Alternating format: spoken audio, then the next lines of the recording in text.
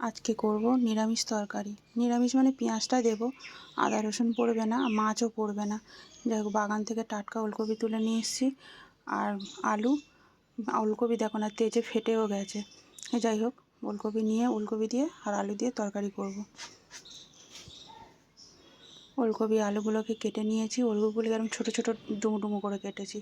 কটা পেঁয়াজ ছাড়িয়ে নিয়েছি, এখানে আলু কেটে ধুয়ে তুলে নিয়েছি। কিছুটা খেসারির ডালে বড়ি নিয়ে নিয়েছি, আমার মায়ের মা তৈরি করে দিয়েছে, ভালো মানে খেতে ভালো লাগে। এই তেলের মধ্যে বড়িগুলোকে ভেজে তুলে নিলাম।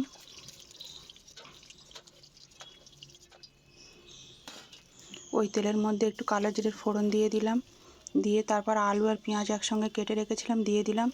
এবার পাশ দিয়েই ভাজতে ভাজতে শুকনো লঙ্কা আর তেজপাতার ফোড়ন দিয়ে দিলাম, একসঙ্গে ভাজা হয়ে যাবে। আলু পেঁয়াজের সঙ্গেও ওগুলোও ভাজা হয়ে যাবে। যাই হোক, কিছুক্ষণ ভালো করে ভেজে নিলাম, তারপর ওলকপিটা দিয়ে দিলাম। ওলকপি দিয়েও বেশ কিছুক্ষণ ভাজা ভাজা করলাম। তারপর দুটো টমেটো দিলাম কেটে, স্বাদ মতো নুন দিয়ে দিলাম, স্বাদ মতো লঙ্কার গুঁড়ো দিয়ে দিলাম, পরিমাণ মতো হলুদ দিয়ে দিলাম, 1 চামচ জিরে গুঁড়ো দিয়ে দিলাম, 1 চামচ ধনে গুঁড়ো দিয়ে দিলাম। দিয়ে বেশ করে নাড়াচাড়া করলাম। কিছুক্ষণ ভাজার পর ভাজা বড়িটা দিয়ে দিলাম, ভালো করে কষে নিয়েছি। আমার টমেটো গলে গেছে, দেখো সব সবজির সঙ্গে সব পেঁয়াজ টিয়াজ সব ভাজা হয়ে গেছে ভালো করে। পরিমাণ মতো জল ঢেলে দিলাম। এই তরকারিতে খুব ঝোল করব না, মিডিয়াম হবে, রুটি দিয়ে খাওয়া হবে তো। আর স্বাদ মতো একটু চিনিও দিয়ে দিলাম।